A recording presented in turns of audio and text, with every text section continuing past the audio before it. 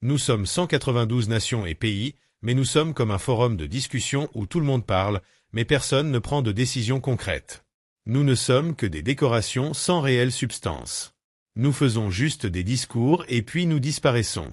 C'est ce que vous êtes en ce moment.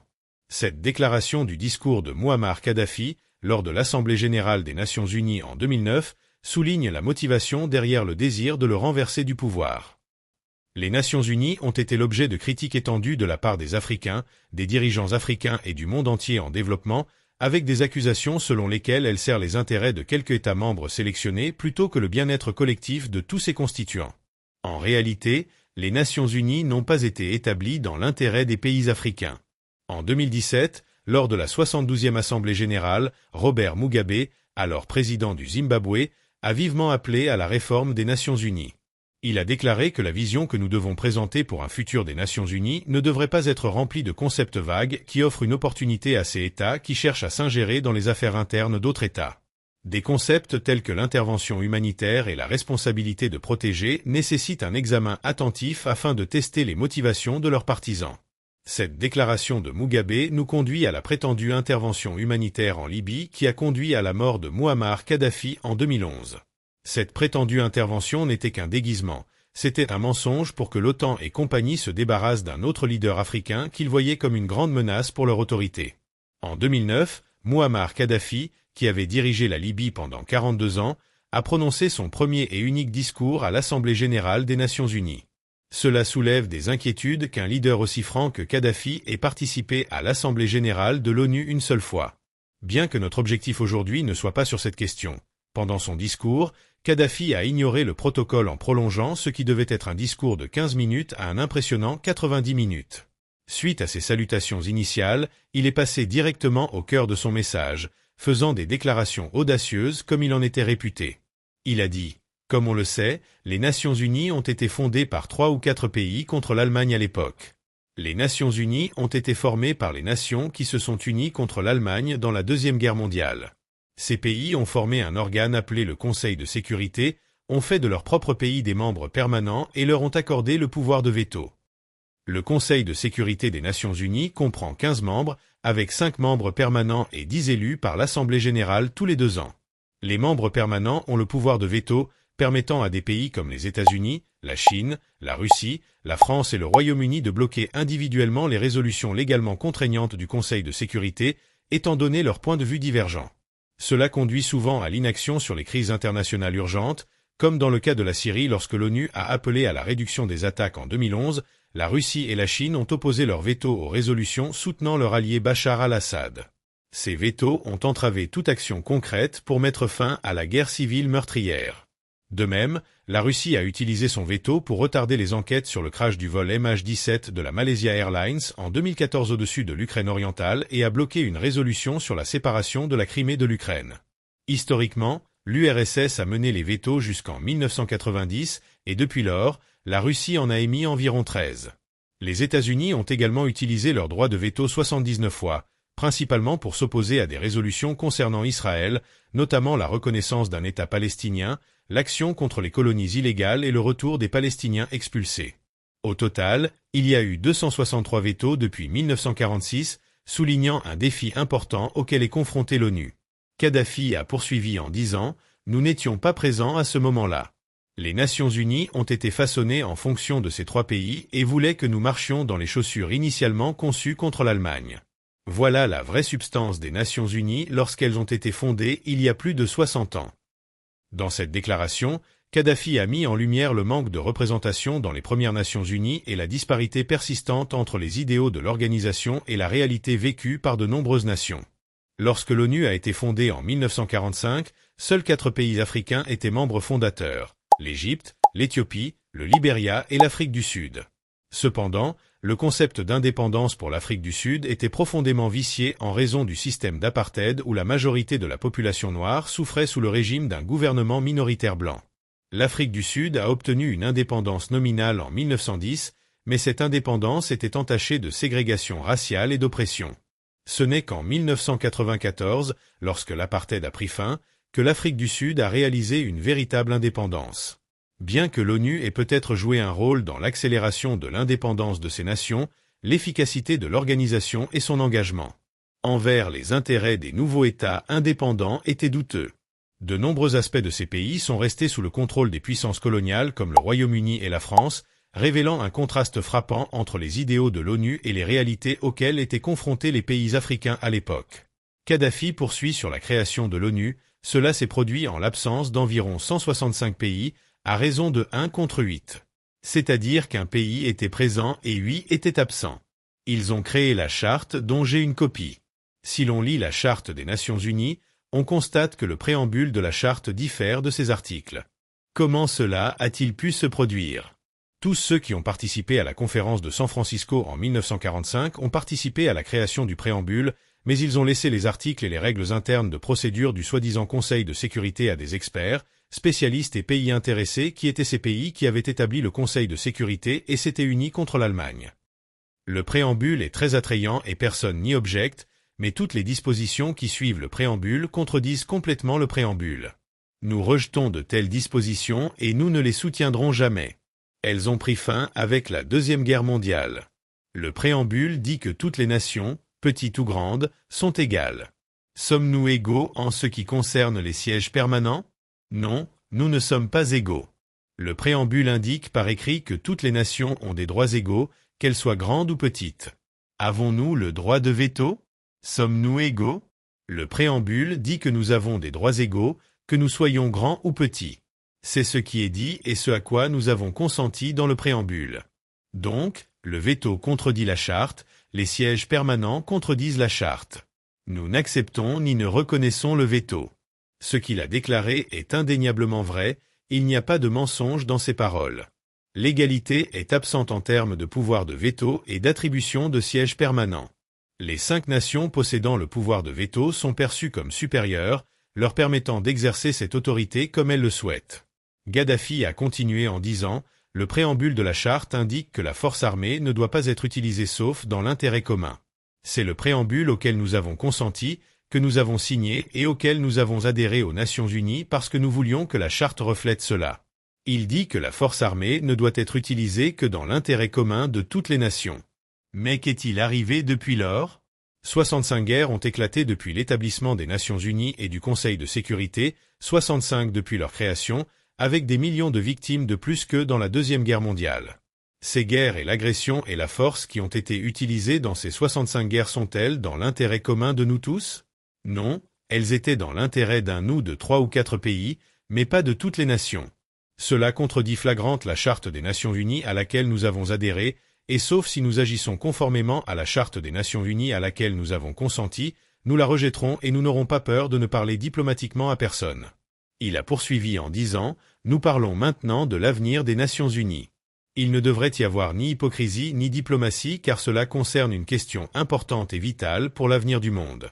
C'est l'hypocrisie qui a entraîné les 65 guerres depuis l'établissement des Nations Unies. » Le préambule indique également que si la force armée est utilisée, elle doit être une force des Nations Unies. Ainsi l'intervention militaire par les Nations Unies avec l'accord conjoint des Nations Unies, pas 1, 2 ou 3 pays utilisant la force armée, toute l'Organisation des Nations Unies décidera d'aller en guerre pour maintenir la paix et la sécurité internationale depuis l'établissement des Nations Unies en 1945.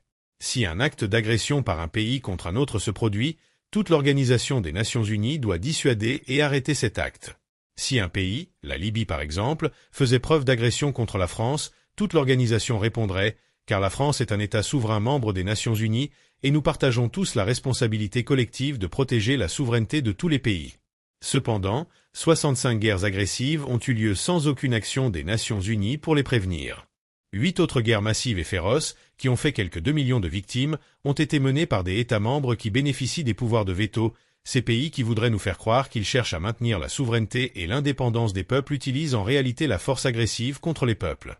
Alors que nous voudrions croire que ces pays veulent travailler pour la paix et la sécurité dans le monde et protéger les peuples, ils ont plutôt recouru à des guerres agressives et à des comportements hostiles en bénéficiant du veto qu'ils se sont octroyés en tant que membres permanents du Conseil de sécurité.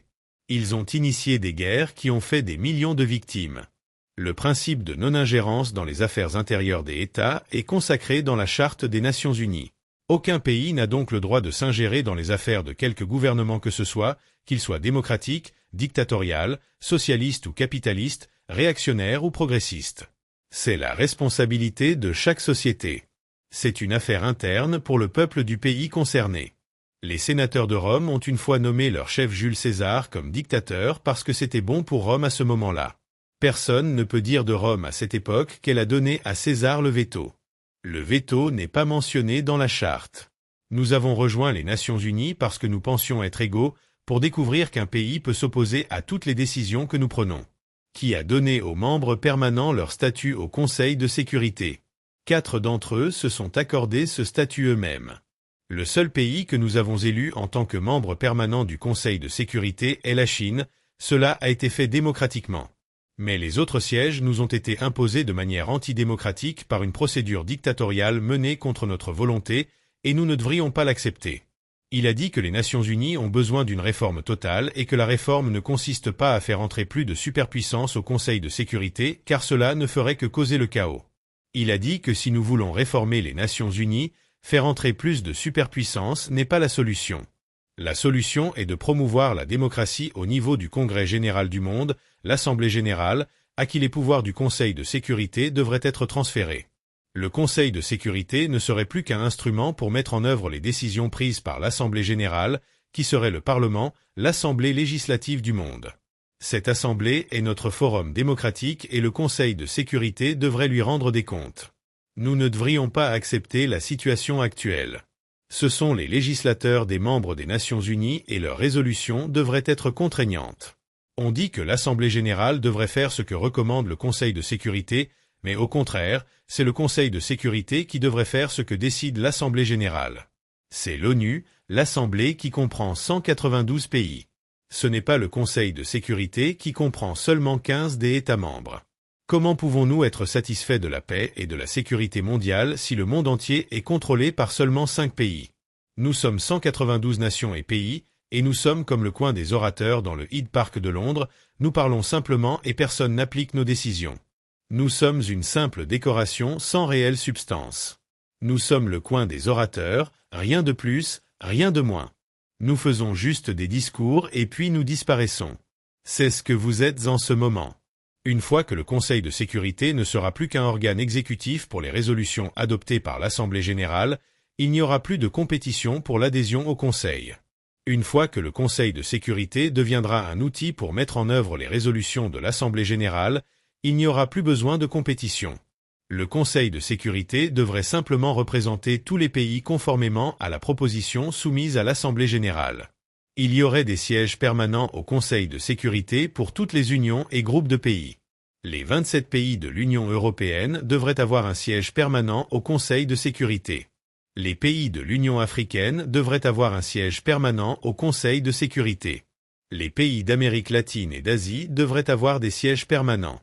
La Fédération de Russie et les États-Unis d'Amérique sont déjà membres permanents du Conseil de sécurité. La communauté de développement de l'Afrique australe, une fois entièrement établie, devrait avoir un siège permanent. Les 22 pays de la Ligue arabe devraient avoir un siège permanent. Les 57 pays de la Conférence islamique devraient avoir un siège permanent. Les 118 pays du mouvement des non-alignés devraient avoir un siège permanent. Ensuite, il y a le G100. Peut-être que les petits pays devraient également avoir un siège permanent. Les pays non inclus dans les unions que j'ai mentionnées pourraient peut-être se voir attribuer un siège permanent à occuper par rotation tous les 6 ou 12 mois. Je pense aux pays comme le Japon et l'Australie qui ne font pas partie de telles organisations asiatiques, ou comme la Fédération de Russie qui n'est pas membre de l'Union européenne, de l'Amérique latine ou de l'Afrique. Ce serait une solution pour eux. Si l'Assemblée générale vote en faveur, la question est d'une importance vitale, comme cela a déjà été mentionné. L'Assemblée générale est le Congrès et le Parlement du monde, le leader du monde. Nous sommes les nations et quiconque est en dehors de cette Assemblée générale ne sera pas reconnu. Le président de l'Assemblée, M. Ali Abdus Salam Tray, et le secrétaire général, Ban Ki-moon, rédigeront le projet de loi et mettront en place les comités nécessaires pour soumettre cette proposition au vote. Désormais, le Conseil de sécurité sera composé d'organisations de nations. De cette manière, nous aurons justice et démocratie, et nous n'aurons plus un Conseil de sécurité composé de pays choisis parce qu'ils ont des armes nucléaires, de grandes économies ou une technologie avancée. C'est du terrorisme. Nous ne pouvons pas permettre au Conseil de sécurité d'être dirigé par des superpuissances. C'est du terrorisme en soi. Si nous voulons un monde uni, sûr et pacifique, c'est ce que nous devrions faire. Sinon, nous continuerons à avoir des conflits et à nous battre jusqu'au jour du jugement dernier ou jusqu'à la fin du monde. Tous les membres du Conseil de sécurité devraient avoir le droit d'exercer le veto, sinon nous devrions éliminer tout le concept de veto. Avec cette nouvelle formation du Conseil, ce serait un véritable Conseil de sécurité, selon les nouvelles propositions soumises à l'Assemblée générale. Ce sera un Conseil exécutif sous le contrôle de l'Assemblée générale, qui aura le véritable pouvoir et établira toutes les règles. De cette manière, tous les pays seront sur un pied d'égalité au Conseil de sécurité, tout comme à l'Assemblée générale. À l'Assemblée générale, nous sommes tous traités de manière égale en ce qui concerne l'adhésion et le vote. Il devrait en être de même au Conseil de sécurité. Actuellement, un pays a un veto, un autre pays n'en a pas. Un pays a un siège permanent, un autre pays n'a pas de siège permanent. Nous ne devrions pas accepter cela, ni accepter toute résolution adoptée par le Conseil de sécurité dans sa composition actuelle. Nous étions sous tutelle, nous avons été colonisés et maintenant nous sommes indépendants. Nous sommes ici aujourd'hui pour décider de l'avenir du monde de manière démocratique, pour maintenir la paix et la sécurité de toutes les nations, grandes et petites, sur un pied d'égalité. Sinon, c'est du terrorisme. Le terrorisme n'est pas seulement Al-Qaïda, mais peut aussi prendre d'autres formes. Nous devrions être guidés par la majorité des votes à l'Assemblée générale seule. Si l'Assemblée générale prend une décision par vote, alors ses souhaits devraient être obéis et sa décision appliquée. Personne n'est au-dessus de l'Assemblée générale. Toute personne qui prétend être au-dessus de l'Assemblée devrait quitter les Nations unies et agir seule. La démocratie n'est pas réservée aux riches ou aux plus puissants, ni à ceux qui pratiquent le terrorisme. Toutes les nations devraient être considérées comme étant sur un pied d'égalité. Actuellement, le Conseil de sécurité est un féodalisme de la sécurité, un féodalisme politique pour ceux qui ont des sièges permanents, protégés par eux et utilisés contre nous. Il ne devrait pas être appelé le Conseil de sécurité, mais le Conseil de la terreur, dans notre vie politique. S'ils ont besoin d'utiliser le Conseil de sécurité contre nous, ils se tournent vers le Conseil de sécurité. S'ils n'ont pas besoin de l'utiliser contre nous, ils ignorent le Conseil de sécurité. S'ils ont un intérêt à promouvoir et une hache à moudre, ils respectent et glorifient la Charte des Nations Unies. Ils se tournent vers le chapitre 7 de la Charte et l'utilisent contre les nations pauvres. S'ils souhaitaient violer la Charte, ils l'ignoreraient comme si elle n'existait pas du tout. Si le veto des membres permanents du Conseil de sécurité est donné à ceux qui ont le pouvoir, c'est une injustice et du terrorisme et nous ne devrions pas le tolérer. Nous ne devrions pas vivre à l'ombre de cette injustice et de cette terreur. Les superpuissances ont des intérêts mondiaux compliqués et elles utilisent le veto pour protéger ces intérêts. Par exemple, au Conseil de sécurité, elles utilisent le pouvoir des Nations unies pour protéger leurs intérêts et pour terroriser et intimider le tiers-monde, le contraignant à vivre sous l'ombre de la terreur.